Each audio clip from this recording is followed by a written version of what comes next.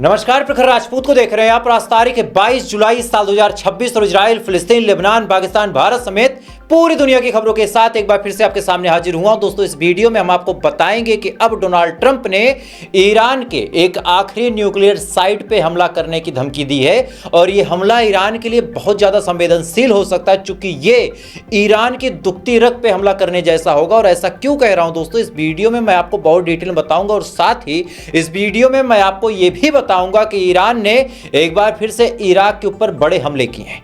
साथ ही कुवैत में भी धमाके की खबरें निकल के सामने आई हैं और ये हमला क्यों किया गया है, इसके पीछे क्या बड़ी वजह है, इस वीडियो में हम आपको यह भी बताएंगे। और साथ ही यमन के हूतीज ने ईरान का आधे से ज्यादा काम तो खुद ही कर दिया, क्या कुछ किया है वो भी इस वीडियो में हम आपको बताएंगे। और साथ ही अमेरिका के अंदर ही अब डोनाल्ड ट्रंप के खिलाफ आवाजें उठनी शुरू हो गई हैं और ये आवाज क्यों उठाई जा रही है, इसके पीछे क्या बड़ी वजह है, इस वीडियो में हम इस खबर को बहुत डिटेल में आपके सामने डिकोड करेंगे। और साथ ही बुल्गारिया को ईरान ने धमकी दे दी है।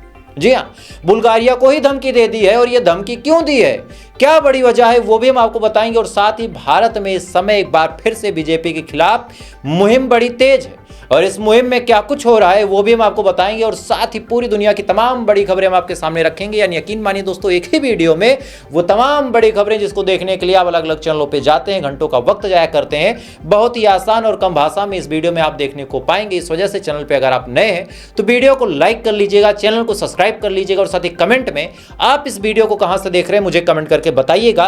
तब तक एक एक करके मैं आपको खबरें बताता हूं। सबसे पहली, सबसे बड़ी, सबसे अहम खबर यह कि जैसे ही यूके के प्राइम मिनिस्टर ने ये अलाउ कर दिया कि भाई साहब अमेरिका हमारी ज़मीन का इस्तेमाल कर सकता है, हमारे एयरफील्ड और हमारे एयरबेस का इस्तेमाल कर सकता है और ईरान के ऊपर हमला कर सकता है।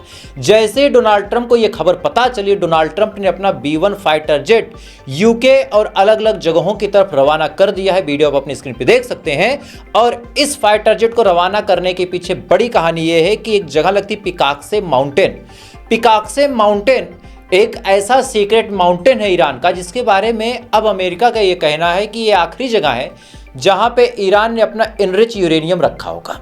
यानी अब तक अलग अलग ठिकानों पे अमेरिका ने हमला किया, इजराइल ने भी हमला किया, लेकिन ईरान ने क्या किया कि पहले ही जो इनरिच यूरेनियम था उसको निकाला और किसी सेफ जगह पे शिफ्ट कर दिया। उसी को चुराने के लिए ग्राउंड लेवल ऑपरेशन की बात ईरान के खिलाफ अमेरिका ने की, उसी को हासिल करने के नाम पे बार बार धमकियां भी देता रहा। लेकिन ईरान ने जब उसको सौंपने से इनकार कर दिया तब अमेरिका ने फाइनली ऐलान किया है कि वो पिकाक्से जो न्यूक्लियर फील्ड है या फिर न्यूक्लियर प्लांट है वहां पर हमला करेगा। और इस हमले में कहीं ना कहीं ईरान को भी टेंशन है।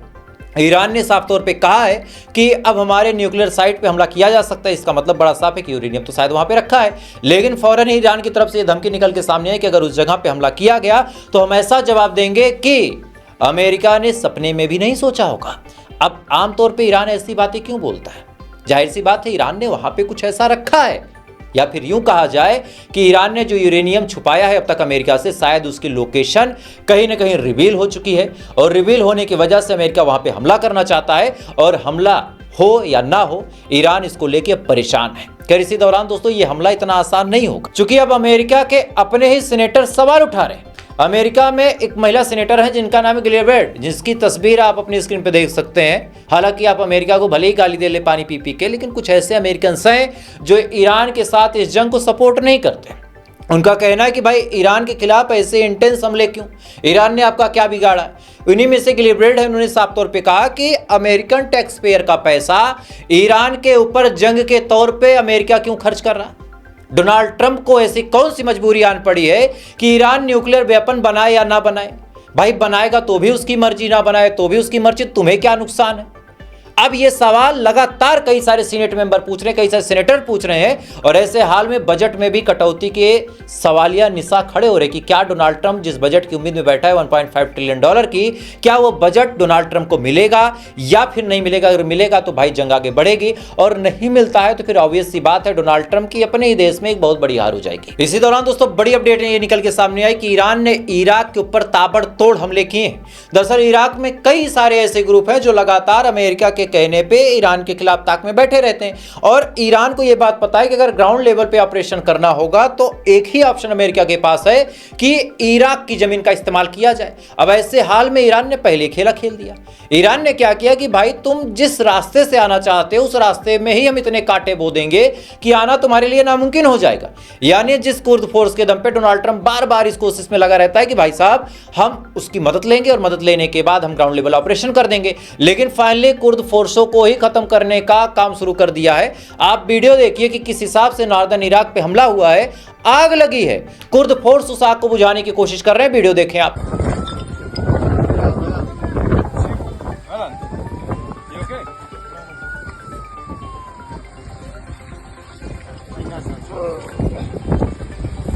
इस वीडियो में आप साफ तौर पे देख सकते हैं कि किस हिसाब से कुर्दिश फोर्सों के पास आग लगी है। अब सुनिए, अजमर माउंटेन है यानी एक पहाड़ है जिसका नाम अजमर है, उसके ऊपर भी बड़े हमले किए हैं और इस हमले का भी वीडियो देखें आप।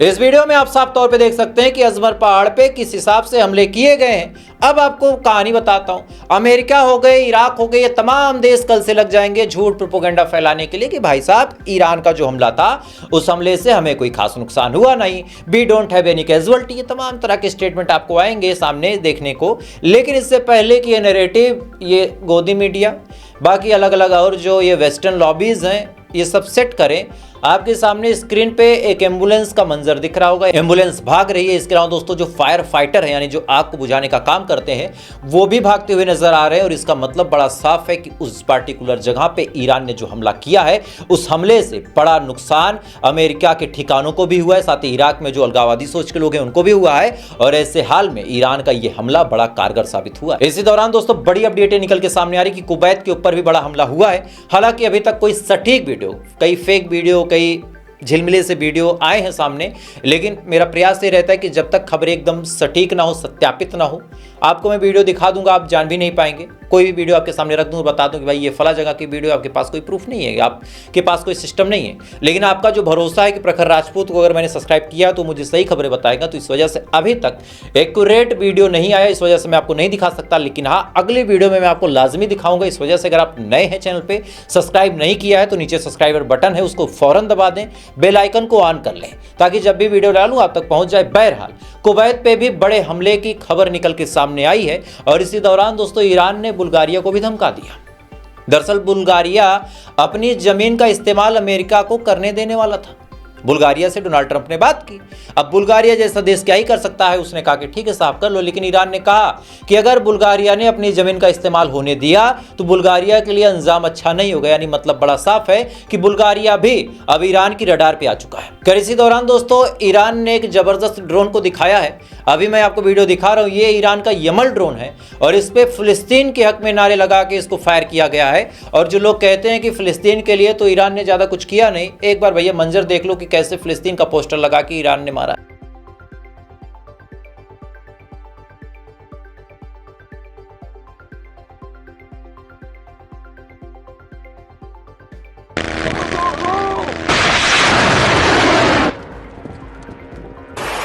इस वीडियो में आप साफ तौर पे देख सकते हैं कि किस हिसाब से भाई साहब ड्रोन मारा है और इस पे फिलिस्तीन के हक में नारे लगे थे। अब सुनिए, इधर ईरान भी गलतियां करता है। आमतौर पे ये बातें जब मैं बोलता हूं तो कई सारे लोग मुझे गाली देते हैं, कई सारे लोग कहते हैं कि अरे प्रखर तुम कैसी बातें कर रहे हो, ईरान गलती कर रहा है, नहीं हो सकता, तुम तो काफिर हो। मतलब फौरन बांटने वाले लोग, जब उन्होंने राजा ग्राफी को नहीं छोड़ा, जो बंदा इतनी मेहनत करता है तो मुझे क्या छोड़ेंगे। बहरहाल अगर आप न्यूज़ फील्ड में हैं तो चमड़ी आपकी मोटी होनी चाहिए। गाली, क्रिटिसिज्म, तारीफ, इन तीनों चीज़ों का असर आपके ऊपर नहीं होना चाहिए। कोई बहुत तारीफ कर दे तो भी ठीक है, कोई गाली भी दे रहा तो भी ठीक है, कोई आपकी कमी बता रहा तो हाँ उसमें सुधार करें, और कोई आपको अपोज कर रहा तो ठीक है, मोटी चमड़ी होनी चाहिए। लेकिन मोटी चमड़ी के साथ साथ कई सारे लोगों में सच सुनने की क्षमता नहीं होती है। ईरान के लोग इस समय चाह रहे हैं कि बातचीत नहीं होनी चाहिए।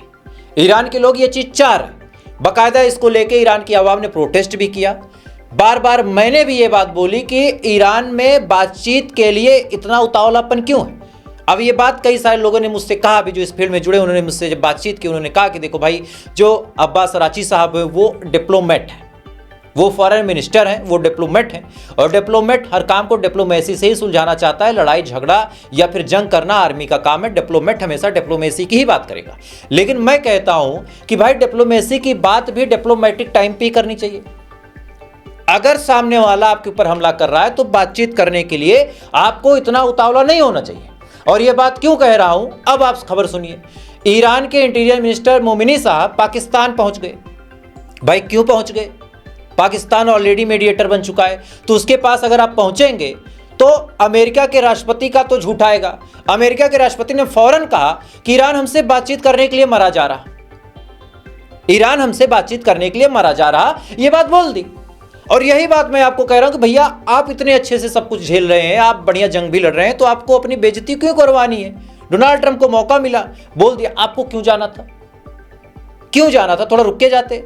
अब इसी पे जो अलग अलग देश हैं जो बेचारे मार खा रहे हैं ईरान से, वो अब पाकिस्तान के पिछवाड़े में घुसे हैं, कह रहे हैं कि भाई मनाओ, समझाओ, मैनेज कराओ, 10 दिन का कम से कम सीज फायर करवाओ।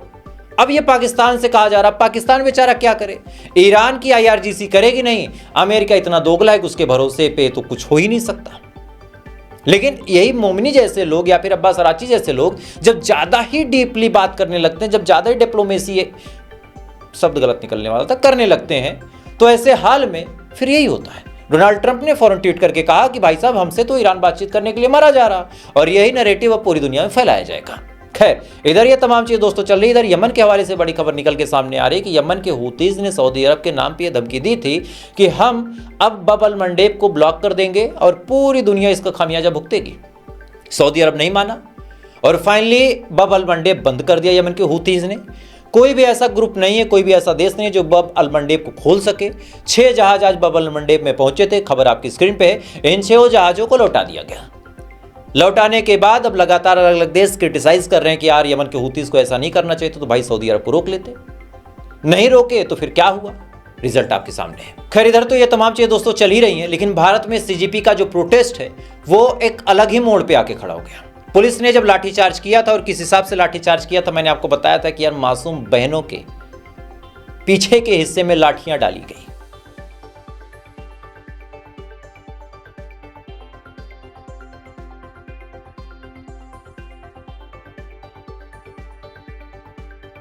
वीडियो मैंने आपको दिखाया था, आप अभी भी बगल में मेरे देख सकते हैं।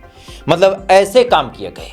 इसके अलावा किस हिसाब से मारा गया, किस हिसाब से पीटा गया, रोज रोज वही सेम चीजें मैं बताऊंगा, रोज रोज आप देखेंगे, आपको भी लगेगा कि यार और कोई खबर नहीं किया। लेकिन अब इसमें एक अपडेट है। लोगों को लगा था, खासकर जो भक्त लोग हैं उनको लगा था कि 4 लाठियां खा के ये छात्र भाग जाएंगे। लेकिन साहब ये सालों की नाराजगी है। कई साल से जब पेपर लीक होते हैं तो छात्र के मन में ये आ जाता है कि यार 2-4-6 लाठियां और खा लेंगे, 2-4 लोग मर जाएंगे, कम से कम हमारी आने वाली जो नस्लें हैं वो सुधर जाएंगी। स्क्रीन पे आप 3 लोगों के इंटरव्यू को देख सकते हैं। गाने में कॉपीराइट है, इस वजह से मैं आपको नहीं दिखा सकता, लेकिन इनकी कहानी आप सुनेंगे, इनकी बात को आप सुनेंगे तो आपकी आंखों में आंसू आ जाएंगे। कई सारे गोदी मीडिया के चैनल ये कहने लगते हैं कि भाई साहब ये सब तो एक नैरेटिव है, मोदी सरकार के खिलाफ एक साजिश है, मोदी सरकार को गिराने की एक साजिश है, ये तो अपोजिशन की चाल है। आगे सोनू वांगचुक बैठे हैं, लेकिन पीठ पीछे तो कौन ऑपरेट कर रहा कुछ पता ही नहीं। लेकिन आज मैं सच्चाई बता रहा हूं। इन तीनों लोगों को आप देख रहे हैं, जिनके इंटरव्यू को लगातार मैं अपनी वीडियो में फ्लैश कर रहा हूं, ये कोई और नहीं है। इनके बच्चों ने अपनी जान दे दी नीट पेपर लीक के बाद। इनके पिता, इनकी माँ इस उम्मीद में वहां पे बैठे हैं आके कि शायद इंसाफ हो जाए। मेरा बच्चा तो आज इस दुनिया में नहीं है, लेकिन शायद किसी और का बच्चा इस दर्द को ना झेले। ये तीनों लोग रो रो के ये बात बोल रहे हैं, लेकिन आज भी ये मोटी चमड़ी के नेता और ये दलाल मीडिया इस बात को आपके सामने कभी नहीं आने देगा कि हाँ, जिनके घरों के लाल इस दुनिया को छोड़ के नीट पेपर लीक की वजह से गए, आज उनके घर वाले आके सवाल पूछ रहे हैं, मोदी साहब का दरवाजा खटखटा रहे हैं कि साहब अब बताओ किसकी गलती है, और हमारे घर का सदस्य अगर मारा गया है, अपनी जान उसने गंवाई है, तो जवाबदेही किसकी होगी। खैर, इसी मामले में दोस्तों बड़ी अपडेट ये है कि CGP ने अपने प्रोटेस्ट को एक बार फिर से शुरू किया। जंतर मंतर पे उन्होंने प्रोटेस्ट करना शुरू किया और इस बार विपक्ष पूरी तरीके से टूट पड़ा है। राहुल गांधी ने बाकायदा घेराव करने की कोशिश की। राहुल गांधी ने पीएम हाउस के सामने प्रोटेस्ट करने की कोशिश की, उनको अरेस्ट किया गया। खबर आपकी स्क्रीन पे है। इसके अलावा राहुल गांधी जमीन पे लेट गए, उनको बर्बरतापूर्ण तरीके से उठाया गया। Democracy in India is happening right now. और राहुल गांधी को जब उठाया जा रहा था तब राहुल गांधी ने कहा कि इस देश की डेमोक्रेसी यही है, देख लो। मतलब अपोजिशन का इतना बड़ा लीडर अगर प्रोटेस्ट कर रहा है तो मामूली से 2 सिपाही आके उसको उठाने की कोशिश करते हैं। वहीं अखिलेश यादव को बैन में बंद करके न जाने कहां लेके जाया जा रहा था। अखिलेश यादव लगातार पुलिस वालों से सवाल पूछते रहे कि भैया मुझे कहां लेके जा रहे हो। वीडियो देखिए।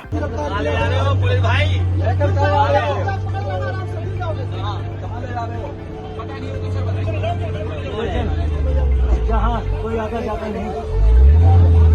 आप इधर आइए। नहीं हो जाए।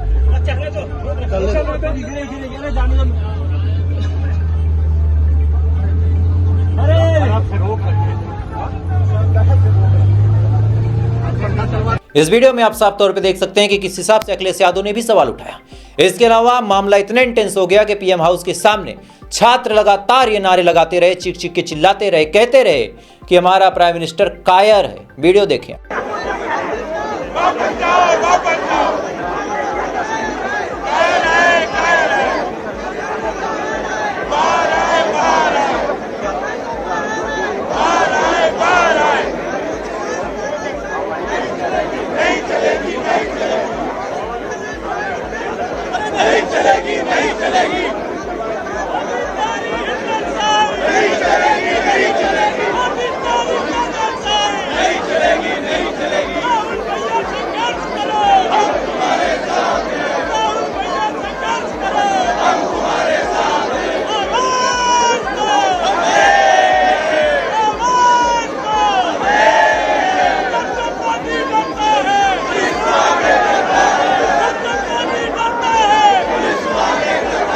इस वीडियो में आप साफ तौर पे देख सकते हैं कि किस हिसाब से छात्रों ने आवाज उठाई कि मोदी साहब अगर आपके अंदर हिम्मत हो तो सामने आओ, जवाब दो कि पेपर लीक ये जो हुआ है ये दोबारा नहीं होगा।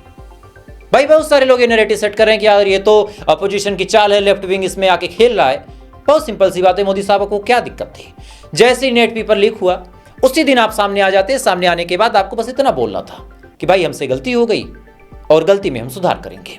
बस गलती किसी से भी हो सकती है, मुझसे हो सकती है, आपसे हो सकती है। आप प्राइम मिनिस्टर है, अगला शिक्षा मंत्री है, वो भी इंसान है, गलती हो गई। गलती की अकाउंटेबिलिटी तय हो जाती, एक माफीनामा आ जाता, मामला रफा दफा।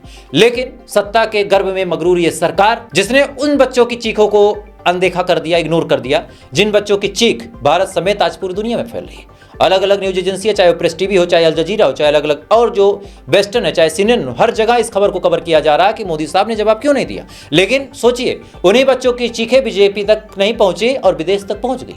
पीएम हाउस के सामने नारे लगे, वीडियो मुझ तक पहुंच गया, लेकिन मोदी तक शायद नहीं पहुंचा। और यही वजह है कि जवाब नहीं दिया जा रहा। दिल्ली पुलिस की कहानी अगर आपको बताऊं तो दिल्ली पुलिस ने लड़कों को, लड़कियों को लात मार मार के गिराया। जो लोग भाग रहे थे उनको जबरदस्ती गिराया गया। वीडियो आपकी स्क्रीन पे है। और जब ये लोग भागते हैं और गिराए जाते हैं फिर इनको पीटा जाता है। कई सारे लोगों को गंभीर चोटें आई, लड़कियों के साथ बदतमीजी, बेहुरमती की गई।